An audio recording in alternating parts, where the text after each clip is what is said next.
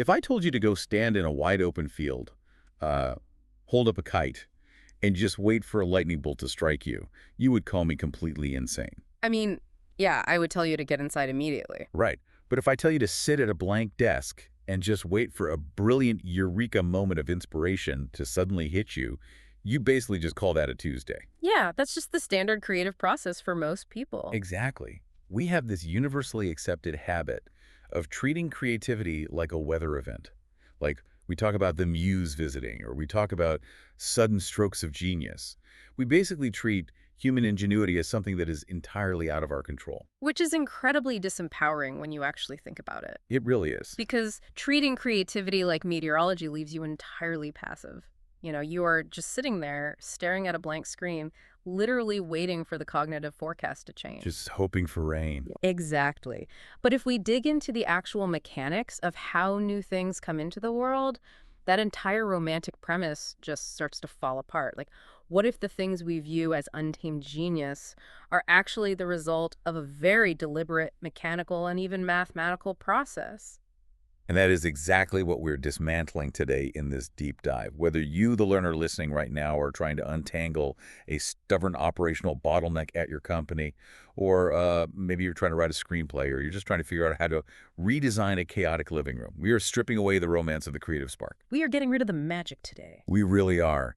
We are diving deep into the work of George James Dukas, specifically his revolutionary guide to creativity, and we are not just skimming the surface here. Oh no, we are going way down into the weeds. Yeah, we are descending into the dense theoretical appendices of this work. So we're talking about ISM, which is interdisciplinary integrated systems management, and even deeper into TDUFT, the transdimensional unified field theory. I know that sounds super intimidating, like we're about to do a physics lecture, but the core premise is revolutionary in its accessibility. Yeah, it's actually really grounded. Completely. Dukas' whole point is that creativity is not a personality trait. It is not something you are magically born with or without.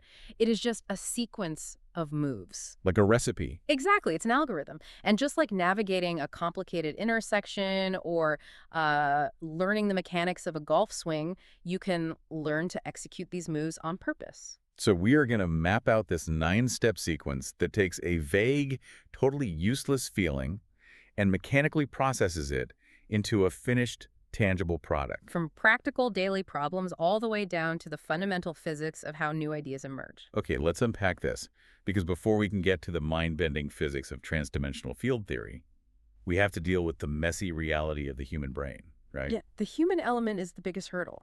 So we have to start with the first 4 steps of Dukas' sequence, which are all about gathering and shaping. And step 1, what the text calls inception, it completely shatters this idea that you start with a pure, perfect vision. Right. Inception is entirely about deliberate clutter. And clutter is honestly the perfect word for it because the human brain actually hates clutter. Psychologically, we crave resolution. We want things neat and tidy. Exactly. When we sit down with a blank page and an idea pops into our head, our immediate biological instinct is to judge it. We want to categorize it as good or bad so we can just close the cognitive loop and move on. But Dukas argues that premature evaluation kills infinitely more good ideas than bad taste ever will. It's the silent killer of innovation, yeah. So inception is this highly disciplined stage where you force yourself to suspend that judgment. You are deliberately generating far more raw material than you could ever possibly use. Okay, so the text mentions 2 practical moves here, combination and separation. But how does that actually play out when you're just sitting there staring at the wall? Let's make it concrete. Say you are tasked with designing a new type of coffee mug.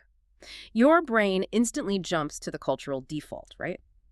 A cylinder with a handle. Right, a standard mug. And if you judge that immediately, you'll just say, well, I'll tweak the color, make it blue, and call it a day. That is premature evaluation.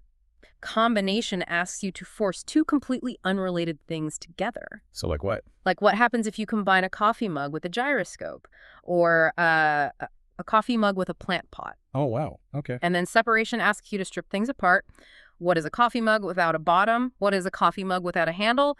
Most of these ideas will be entirely absurd, but you are creating a massive field of raw material to work with. And Dugas has a specific mechanism to force this, right? Yep. The 15 ideas exercise. And I have to admit, when I first read this part, it sounded completely exhausting. Well, it is supposed to be exhausting. When you face a problem, the rule is you don't just write down 3 or 5 possible directions. You physically force yourself to write down 15 distinct ideas. Yeah, so I actually tried this yesterday with a marketing problem I was stuck on. And the first 5 ideas were incredibly easy. They were just the industry standard, the obvious safe paths. It took me maybe 2 minutes. And what happened on idea number 6? I hit a total wall. Huh. I mean, ideas 6 through 10 felt like I was pulling teeth. I was stretching, coming up with things that felt slightly weird or just unworkable variations of the first 5. Yeah, and that psychological friction you felt is the exact mechanism working as intended. Your brain is realizing that all the conventional prepackaged solutions have been exhausted. Right, the easy answers are gone. Exactly. So it is now being forced to actually synthesize new connections. Dukas notes that it is almost always in the final 5 ideas, numbers 11 through 15, where the genuinely original material hides. Because you're just desperate at that point. Totally. You have to endure the discomfort of the middle 5 to reach the fertile ground of the last 5, where you are just throwing wild, uninhibited concepts at the wall out of sheer desperation to finish the list. Okay, so you push through the pain, and now you have this messy notepad with 15 ideas, ranging from boring to completely unhinged. You have successfully created the clutter, Step 1 complete. but you can't just leave it there. Like, how do we take that chaotic energy and actually do something with it? That requires forcing the idea out of the safety of your own mind. So we move to step 2, which is visualization, making the idea testable. Right. Because an idea that only lives in your imagination is a liar. It hasn't been tested against gravity or the limits of a budget or the very real friction of other people's opinions. So you have to drag it into the real world. Exactly. Visualization is the physical act of giving the concept a form that a complete stranger can point at and react to. The standard here isn't beauty, it's whether or not it exists outside your head. The text uses a really mundane but perfect example here about arranging furniture in a room. Yeah. And I resonated with this so much. When I try to imagine a new layout for my living room in my head, my brain totally cheats. Oh, always. It renders this beautiful, spacious environment. The couch looks amazing over there. The massive indoor tree fits perfectly in a corner. The television is centered. It just feels flawlessly resolved in my imagination. Because your imagination doesn't have to obey the laws of physics. Right. It doesn't have to calculate square footage. It just renders the feeling of success. Exactly. And the moment you actually take out a piece of cheap graph paper and physically draw the dimensions, which is the visualization step, you realize the harsh truth. The door literally cannot swing open because the arm of the couch is in the way. Yeah, or the indoor tree is blocking the only electrical outlet. Yes. The idea was fundamentally broken from the start, but my brain was hiding the flaws to keep me happy. And this is a massive hurdle for people because making a sketch or a quick spreadsheet or, a crude cardboard mock-up is a highly vulnerable act. It is incredibly uncomfortable because a physical sketch can be visibly, provably wrong. A vague thought in your head always feels right. It's safe in there. Very safe. But from an operational standpoint, Dukas makes a vital economic argument here. Paper is cheap. Cardboard is cheap. But building it is not. Right. Building the real thing out of steel and concrete or writing 100,000 lines of code is astronomically expensive. You want the idea to break right now. Break it when it costs $1, not $1 million. Exactly. But doing a mock-up is completely useless if you are mocking up the wrong thing. Which brings us to step 3, which the book calls programming.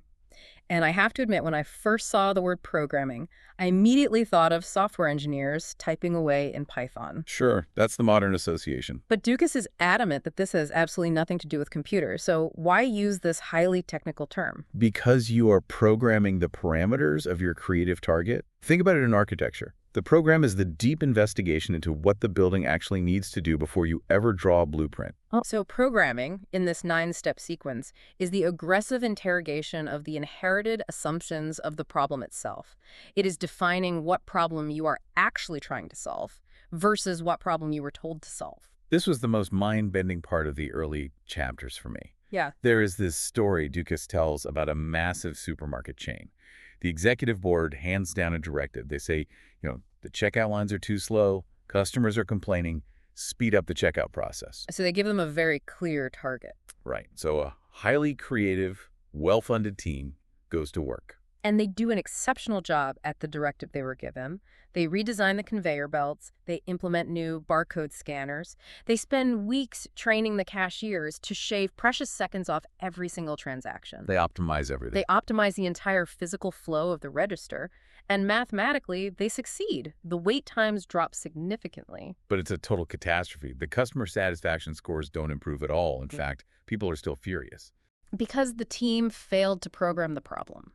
They accepted the initial brief without interrogating it. They just trusted the board. Yeah, and when researchers finally went in and actually talked to the angry customers, they discovered that the speed of the cashier was never the core issue. It was something else entirely. Right.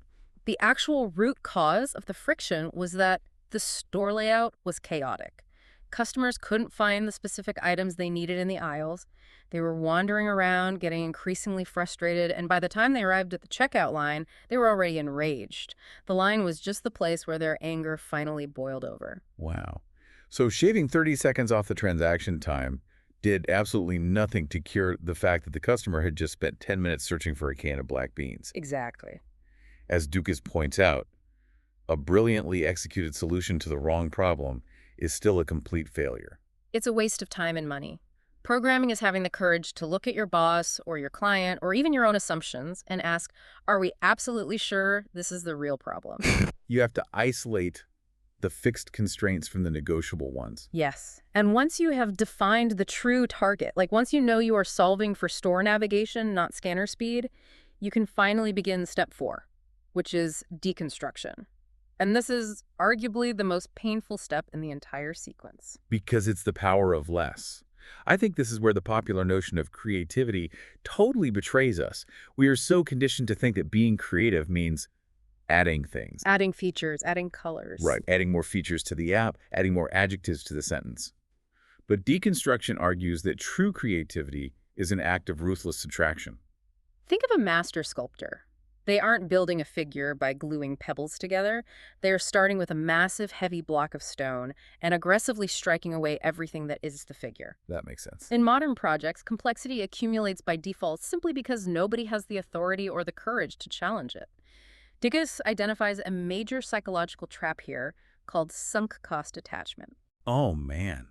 This is where you fall in love with an early idea or a specific feature you designed, not because it actually serves that true programmed goal, but simply because you spent a lot of time making it during the inception phase. You're attached to the effort you put in, not the utility of the thing itself. Yeah. It is the classic kill your darlings advice from creative writing, but applied to systems engineering, business strategy, and daily problem solving. Precisely. And the text provides a brutal, highly mechanical test for this phase. You must look at every single component of your idea, every feature, every process step, every paragraph, and ask one question. What would fundamentally break if this were removed? And if the honest answer is, well, nothing important would break, it just wouldn't be as fancy, then you cut it. You obliterate it. If you aren't absolutely sure it carries weight, you cut it. The goal is to force the idea to be as lean and structurally sound as possible. But let me challenge this for a second. If we relentlessly cut everything that isn't strictly functional, don't we end up with something incredibly stark and boring? Like, where is the joy in a design if we've stripped it down to just its bare bones? It is a valid fear. I hear that a lot. But deconstruction isn't about making things joyless. It's about structural integrity. Okay. When you remove the unnecessary, you aren't left with boring. You are left with clarity. Think about it. An over-engineered app with 20 buttons is frustrating. An app with 3 buttons that do exactly what you want is elegant. Right. The elegance comes from the simplicity. Deconstruction removes the noise so the actual signal can be heard. Okay, so that marks a major transition in the journey. We have completed section 1, the gathering and the shaping. We've gone from the messy clutter of 15 ideas, rendered them visible to expose the flaws, programmed the true nature of the problem, and stripped away all the dead weight. Which is a huge amount of work. It is. The idea is lean, it's focused, but it's still just an abstract concept. Now we enter section 2, moving from the safety of ideation into the very real vulnerability of execution. We are moving into steps 5 through 9. And this transition right here separates the amateurs from the professionals. Step 5 is crystallization. This is the moment where the fun, limitless exploration phase is formally executed. It has to die. It has to die. You can no longer entertain multiple possibilities. You must look at your lean, deconstructed concepts and commit to one specific, definite form. And Dukas points out something fascinating here. He says, crystallization doesn't require immense talent. It requires raw courage. Let's look at the neuroscience and psychology of why that is. Why do human beings endlessly tweak their ideas? Why do teams demand one more month of market research or sketch out just a few more variations of a logo? We always tell ourselves it's diligence. We frame it as being highly thorough professionals. But it's actually just fear, isn't it? It is entirely driven by fear. Endless exploration is a highly comfortable psychological bunker. It is a way to avoid the vulnerability of making a final decision. Because if you decide, you can fail. Exactly. As long as an idea remains fluid, as long as it could theoretically be anything, it can never be judged as a failure. You get all the dopamine of potential without any of the cortisol of judgment. The moment you crystallize it and say, this is exactly what we are making, you suddenly expose yourself to the very real possibility that it might not work. So what does this all mean for the listener who is stuck on a project right now? It means continuing to tweak an idea in private isn't diligence. It is stalling. You are just hiding. You have to draw a hard line in the sand. But once you have that crystallized, definite shape, it can't just float in the corporate ether. It needs step 6, responsibility. It needs a home. Because an idea without a specific human owner will quietly bleed out and die. And the tragedy is that almost nobody will notice it happening until it's too late. We have all endured those agonizing corporate meetings where everyone looks at a whiteboard, agrees that an idea is utterly fantastic, and then everyone walks out of the room feeling great. Yes. A week later, you realize absolutely nothing has happened. Because everyone assumed the team was handling it. Exactly. The text states that responsibility requires 3 incredibly specific answers before anyone leaves that room. 1, who specifically, by name, owns this? Not a department. Right, a name. 2, what will it cost in terms of time, budget, and resources?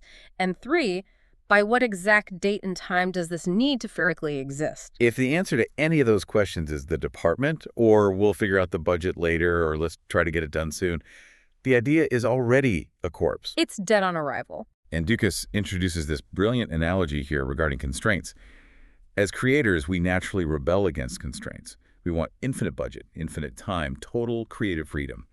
But the book argues that complete freedom is actually destructive. It says, a river without banks isn't more free, it's a swamp. That is perhaps the most vital visual metaphor in the entire book. Think about the physics of water. If you dump 1,000,000 gallons of water onto a perfectly flat, boundless plain, it just spreads out, stagnates, and evaporates. It has no power. Just a muddy mess. But if you force that exact same water between 2 narrow, rigid banks of stone, you create a raging rapid that can carve canyons and power turbines. Wow. Constraints, the strict budget, the tight deadline, the designated owner, these are not barriers to the creative process. They are the banks of the river that give the creative energy its velocity and direction. Which flows perfectly, pun intended, into step 7, the cycle. Yeah. Momentum over perfection. The core truth of this step is a really bitter pill to swallow. Your first version of the crystallized idea is going to be terrible. It is going to be garbage, yes. It will always be worse than your 5th version. So the goal is not to lock yourself in a cage and try to make the first version flawless.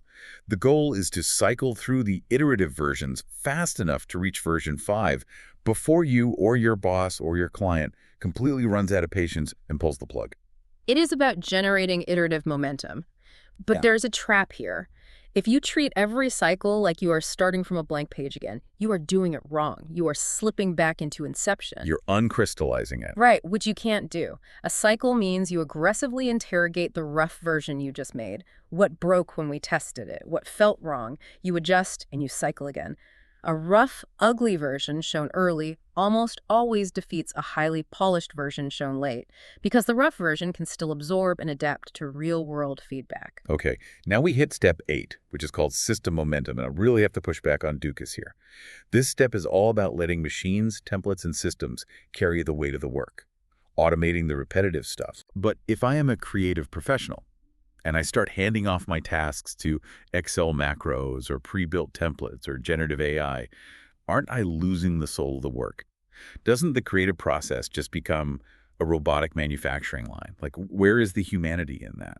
It is a very natural defense mechanism to feel that way. We attach our ego to the labor. We think suffering through the repetitive parts makes us authentic.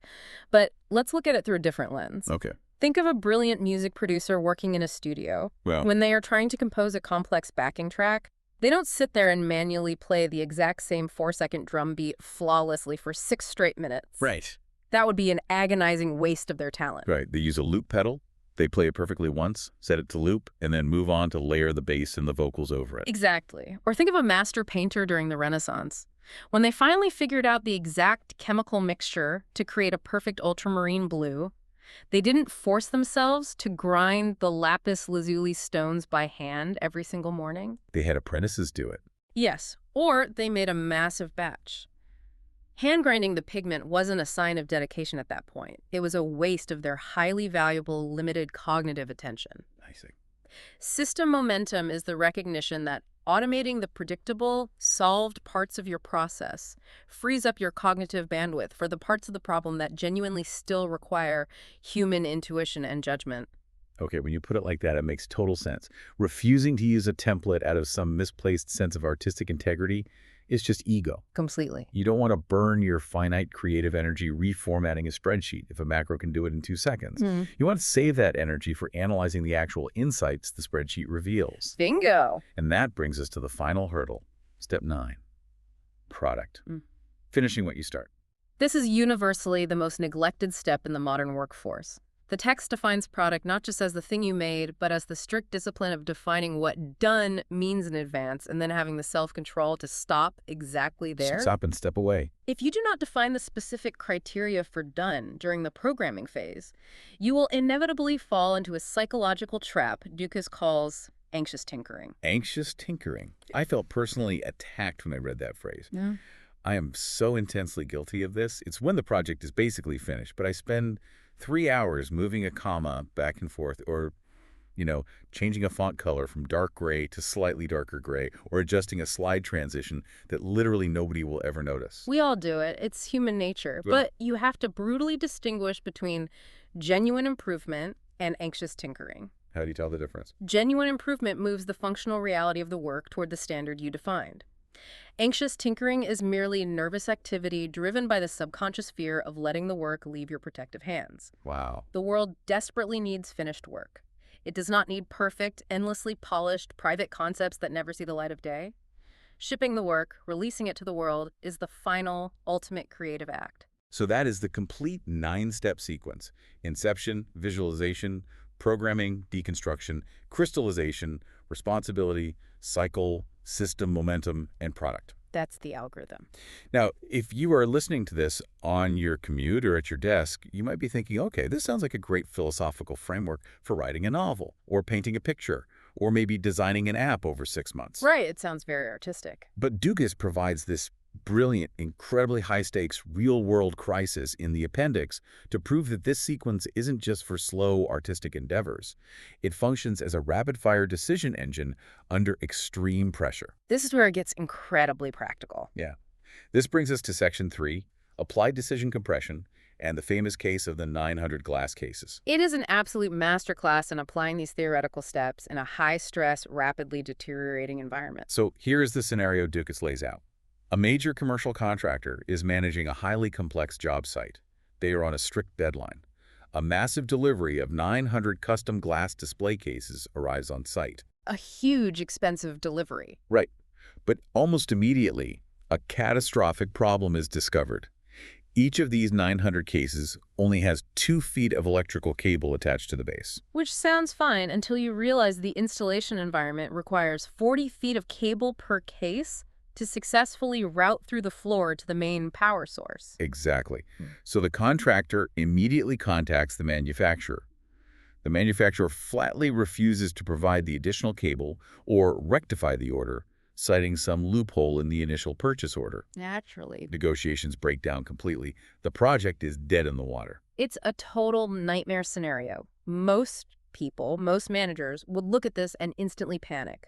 The immediate reaction is usually to start drafting angry, legally threatening emails, copying everyone's boss and bracing for a 6-month lawsuit. Yeah, that's standard operating procedure. Because the frame that everyone on the job site accepts is the manufacturer won't cooperate, therefore the project is blocked, and there is nothing we can do. We're victims of the situation. But let's look at how a leader, armed with the 9 steps, attacks this in real time, starting with inception and visualization.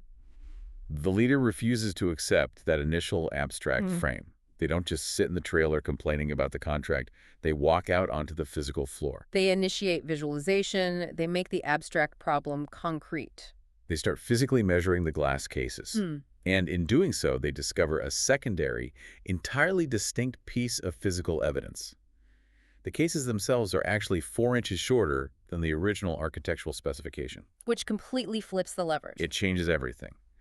The problem transforms from an abstract, unwinnable contract dispute about cables into physical, undeniable evidence sitting on the floor, which instantly triggers Step 3, programming, and Step 4, deconstruction. They have to ask the right question and aggressively strip away the emotional noise. This is where the magic of the sequence happens. The leader reframes the programmed issue. The core problem is no longer, how do we force the manufacturer to give us cable? The newly programmed, highly specific question becomes, can we physically proceed with this installation tomorrow morning if we somehow acquire the cable? That is such a powerful shift in perspective. And then they deconstruct the situation. They ruthlessly strip away the desire for vengeance. They strip away the ego of wanting to prove the manufacturer wrong. They strip away the false assumption that packing up 900 massive glass cases, shipping them back across the country, and waiting 3 months for a full replacement is the only logical path forward. They cut all the sunk cost emotion out of the equation, 'Cause which leaves them with a lean, highly focused reality that leads directly into crystallization and responsibility. The solution narrows down to one single, workable, highly specific ultimatum. The leader picks up the phone, calls the manufacturer, and crystallizes the deal. They say, look, we have physical proof that your cases are 4 inches short of the legally binding specification. However, we will formally accept these defective cases, which saves you hundreds of thousands of dollars in return shipping and remanufacturing, if and only if you overnight deliver the required spools of electrical cable by 8 Morto EM tomorrow morning. It is a stunning pivot. It really is. The manufacturer owes them a massive delivery to fix a structural defect. The contractor absorbs the minor aesthetic issue of the shorter cases just to keep the momentum of the project alive. And look at Step 6, responsibility. It is perfectly locked in. There is a clear owner. The manufacturer must ship it. There is a clear cost. The manufacturer pays for the cable. The contractor accepts the height difference. And there is a rigid, undeniable deadline, 8:00 a.m. tomorrow. And what is the Step 9 product? The cable is sitting on the loading dock the next morning. The installation path is unblocked. The project moves forward. Dukas defines this phenomenon as decision compression. Decision compression. Yes. It is the ability to take a massive, emotionally charged, chaotic conflict and forcefully compress it down into a single executable yes or no transaction. Wow. By applying the sequence, the leader reduced the infinite uncertainty of a legal battle, totally shortcut the negotiation phase, and converted a stalled abstract complaint into a deliverable physical outcome. And they ran all 9 steps in a matter of hours. But the reason that rapid compression is possible isn't just because these 9 steps are good management advice, right? They aren't just bullet points in a self-help seminar. And this is where the deep dive takes a massive turn into the deep end of the pool. Oh, yeah, we are leaving the shallow end now. Why did that real-world crisis resolution work so perfectly? Because, according to Dukas' appendices, the 9 steps are merely the human-readable interface of a much deeper, universal mathematical law. We are now moving from behavioral psychology and project management into a proposed physics of ideation. We're entering Section 4, the hidden algorithm. This is where Dukas introduces TDUFT, the transdimensional unified field theory. Here is where it gets really interesting, and also where I am going to need you to heavily translate for me, because the text outlines something called the creative collapse law, and it provides a literal mathematical equation. Yes, it does. For the listener, I'll read it out. The equation is O star equals C sub psi multiplied by the function of pi sub phi of O. I know, it looks like advanced quantum mechanics. Well, it's terrifying. But the variables map perfectly to human behavior, so let's break it down piece by piece. The starting variable is O. This is the initial operator, the raw, unshaped, generative material of the universe. In our human sequence, this correlates directly to Step 1, inception. It is the raw clutter. Okay, I follow that. Yeah. O is the messy notepad of 15 ideas. Hmm. Then the equation moves to pi sub phi.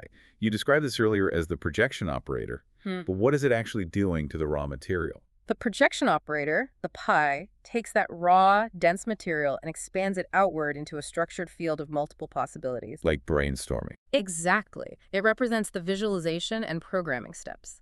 And that little phi symbol attached to it, that represents the golden ratio, a fundamental mathematical proportion found throughout nature. Wait, you were losing me a bit. You were Ugh. putting a mathematical golden ratio symbol, something we use to measure nautilus shells and sunflower seeds, into a formula for human creativity. You think?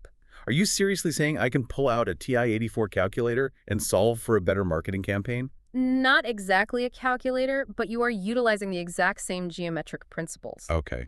Ducas's theory suggests that human possibilities don't just expand randomly into pure chaos, they expand geometrically, scaling up in complexity according to natural laws. When you brainstorm, your mind is naturally trying to build proportional relationships between ideas. You are projecting a field of potential solutions. That actually makes sense. But, as we discussed in crystallization, a massive projection field of infinite potential isn't a finished product. It has to be forced into reality. It has to collapse. And that is the C sub psi, the collapse operator. Correct. This C forces that massive, hovering cloud of possibilities to instantly condense into one single, stable physical output. This maps perfectly to crystallization, responsibility, and ultimately the final product. And the psi symbol attached to the collapse. I know in physics that often relates to wave functions, but here the text says it represents temporal compression. It is the pressure of time and constraints. Remember the banks of the river? Oh, The right. sigh is the looming deadline. It is the rapidly shrinking budget. It is the angry client demanding an answer. The collapse operator uses the pressure of time to force the projected wave of infinite possibility to collapse into a single point of reality. Okay, let me see if I can translate this math into something I can visualize. The text says that this entire equation means creativity is basically an optimization problem. Yes. We are trying to find the minimum of residual tension minus a novelty reward, all subject to stability constraints. Right. It feels like tuning an old-school analog radio dial. Walk me through that analogy. Where are the variables? Okay, so imagine you're turning the dial, trying to pull a clear signal out of the static. If you only prioritize novelty, which is the n variable in the math, and you completely ignore stability or the tension of the problem, what do you get? You get pure, unadulterated static. Sure. It is a completely new sound. It's highly novel. It's never been heard before, but it's totally useless noise. It doesn't solve anything. Because it lacks the stability constraint. Exactly. But on the other end of the dial, if you only prioritize stability, the S variable, and you aggressively avoid all novelty because you are terrified of taking a risk, what do you get? A flat line. Yeah, you just get a low, predictable, monotonous hum. It is perfectly safe. It won't offend anyone, but it is incredibly boring and fails to capture any attention. True creativity, according to this transdimensional math, is finding the exact, perfect micromillimeter on that radio dial, where the tension of the problem is finally resolved, the novelty is pushed as high as it can possibly go to stand out, but the stability constraints, the budget, the physics, the deadline, are still just strong enough to hold the signal together. That is an exceptionally precise way to visualize the math. I love that. You are trying to maximize the displacement from what already exists, which is the novelty, without breaking the physical or economic viability of the object, which is the stability. Okay, I think I'm getting it. If we map this back to the 900 glass cases story, the manufacturer wanted pure stability. Do nothing, ignore the problem. The contractor could have opted for extreme novelty, smash the cases, sue the company, invent a new display method overnight. But the leader tuned the dial perfectly. Exactly. The novelty was accepting the 4-inch height defect in exchange for a new delivery timeline. The stability constraint was the 8.00 a.m. deadline to keep the project alive. The tension collapsed into a delivered product. Exactly. And this brings us to the most ambitious claim of TDUFT. Dukas argues that creativity shouldn't just be viewed as a psychological quirk of humans. He treats creativity the exact same way a physicist treats mass or gravity or the geometry of electron shells. He views it as a fundamental law. Yes. He views ideas through a lens of dimensional induction. Dimensional induction. So we are actually pulling ideas through dimensions of reality. That is the argument. Think of an idea's life cycle. During inception, an idea starts as a 1D concept, just a raw, formless point of thought in your mind. A dot on the page. Right. Through the projection operator, visualization and programming, it evolves into a 2D structure, like a sketch on paper or a blueprint. Okay, expanding out. Then through the collapse operator, crystallization and product, it becomes a 3D system, a physical object, or a software program that actually operates in the real world. And the text says it can even scale into a 4D organization. Yes. When a 3D system becomes so successful that it changes human behavior over time, like, the invention of the smartphone or the assembly line, it scales into a 4D transdomain innovation. That's incredible. Creativity in this mathematical model isn't just making pretty things, it is the physical force of lifting structural information through escalating dimensions of reality. It is entirely mind-bending to think of a Tuesday afternoon brainstorm session as a physical, multidimensional force of the universe. It elevates the stakes quite a bit. But this brings us to Section 5. If this is truly a scientific law of physics and mathematics, as Dukas aggressively claims, it has to be empirically testable. Yes. It cannot just be a really cool philosophical metaphor. How on earth do you scientifically prove a law of creativity? Well, any valid scientific theory must outline strict conditions for empirical falsifiability, and Dukas provides them. He argues that if the creative collapse law is accurate, then creative outputs in the real world will not appear in a random scattered distribution. They won't just be a chaotic mess of trial and error. Meaning, if we look at 1,000 successful inventions, they should share a mathematical signature. Precisely. They will strictly cluster in what the mathematics define as collapse minima. Collapse minima. Yes, these are highly specific geometric zones on a graph where the tension is mathematically minimized, the novelty is sufficiently rewarded, and the stability parameters are strictly maintained. But how do we actually measure something as subjective as novelty to put it on a graph? Like, that seems impossible. The author suggests we shouldn't start by testing human art, which is way too subjective. We test it in highly structured, rigid environments first. For example, symbolic fields, like the distribution of prime numbers, or within advanced AI generation architectures. Oh, like asking an AI to design a bridge. Exactly. If you program an AI to generate 10,000 designs for a bridge, and you map the outputs, the most successful creative designs, the ones that use the least material to hold the most weight in a novel shape, should mathematically gather exactly in these predicted collapse zones. And if they don't? If they don't, or if manually tweaking the novelty parameter in the code doesn't create a predictable, measurable trade-off with the stability constraint, then the entire theory is falsified. Wow. It is a remarkably bold claim because he is explicitly inviting the rigid scientific method to tear his life's work down if the math doesn't hold. Which immediately makes me think about all the other ways we've been taught to be creative over the last 50 years.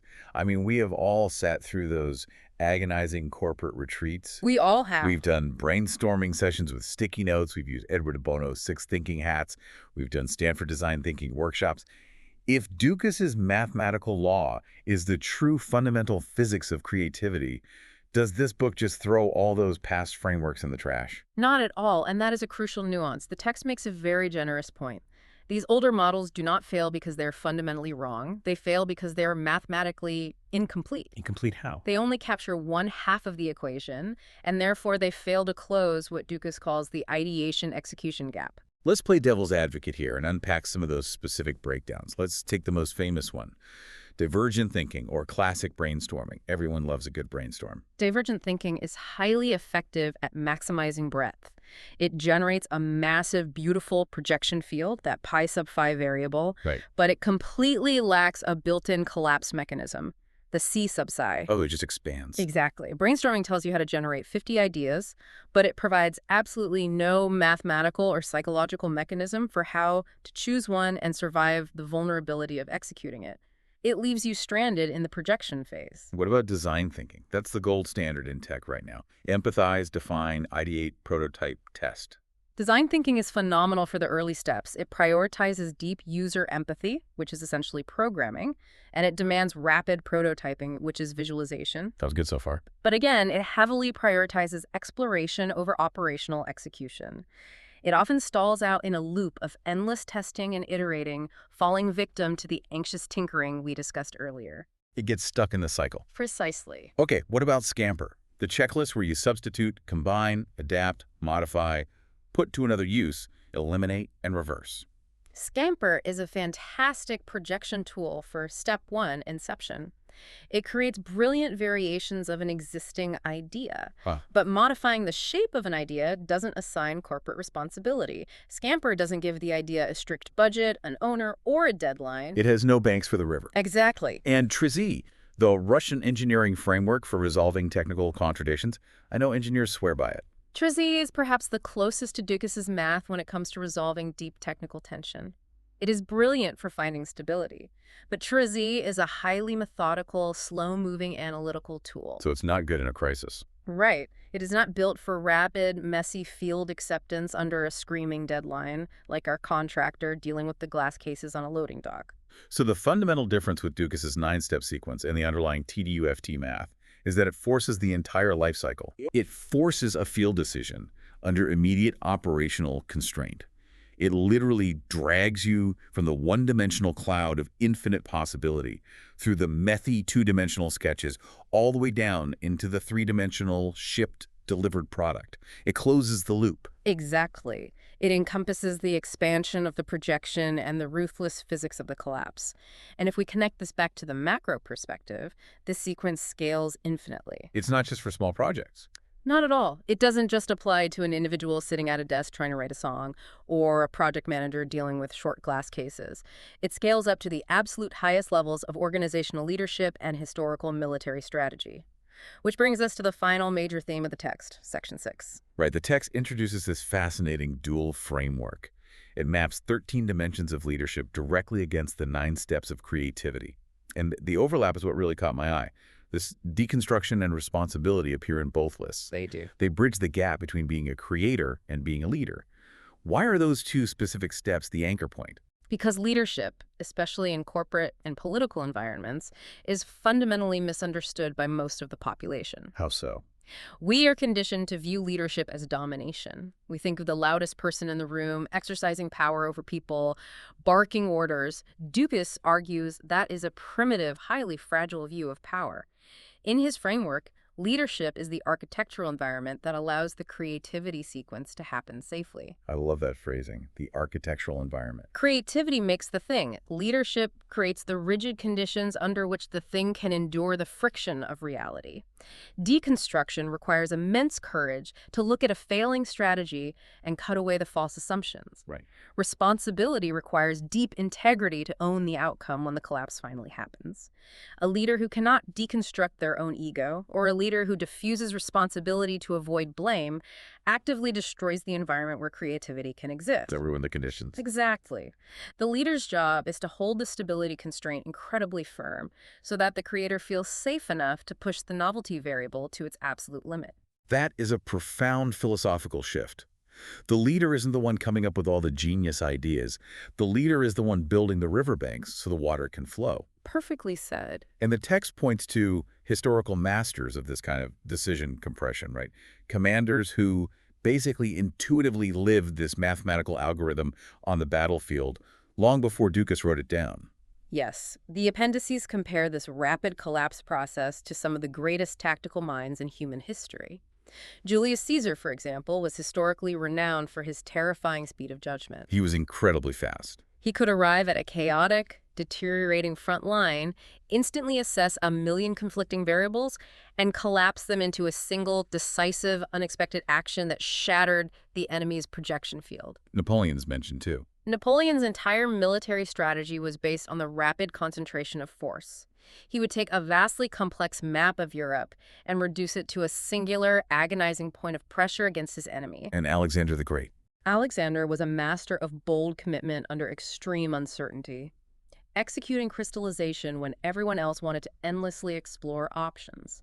The text even mentions Alan Turing, which is a brilliant pivot from the blood of the battlefield to the pure intellect of mathematics. Yes, Turing took impossibly complex, chaotic ciphers like the Enigma machine and ruthlessly deconstructed them into minimal, formal models that could be systematically broken. And looking at these historical figures raises a vital question about how we view strategy today.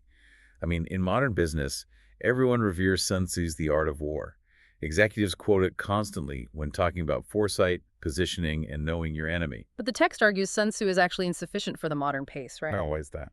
It argues that while Sun Tzu is unparalleled for overarching long-term campaign strategy, Ducas's framework is actually vastly superior for live, kinetic decisions. Decisions in the moment. Right.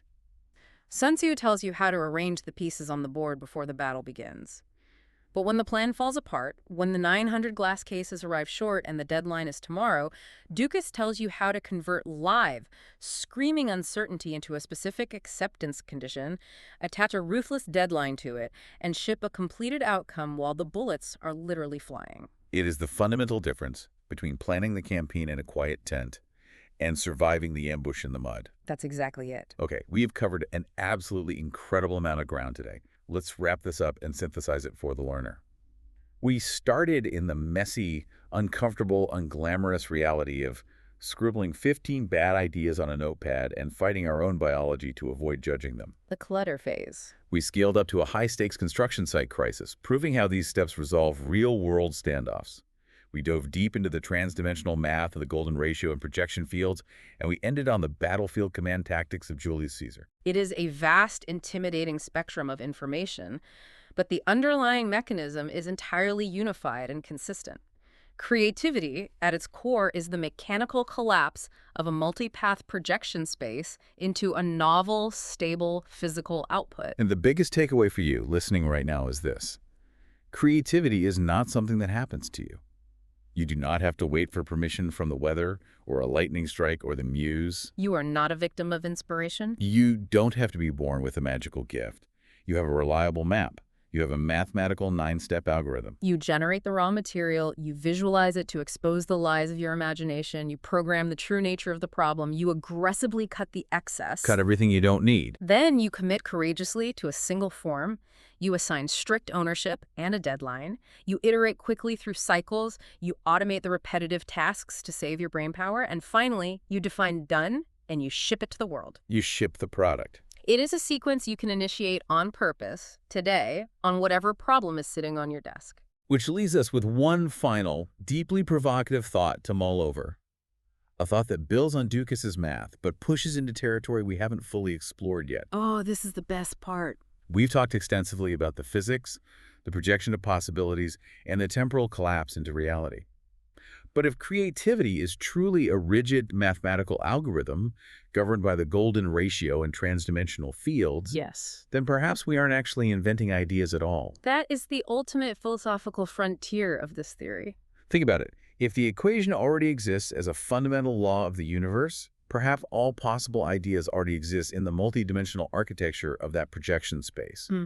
They are just hovering out there in the math. Waiting. And our human minds, our frantic brainstorms, our messy sketches, our tight deadlines, they are simply the biological collapse mechanisms required to pull those pre-existing ideas down into 3D reality. We are just the instruments. Exactly. What if the next time you are staring at a blank page feeling totally stuck and inadequate, you aren't actually waiting for a spark to be created from nothing? What if the idea is already there, perfectly formed in the ether, and you're just waiting to balance the equation?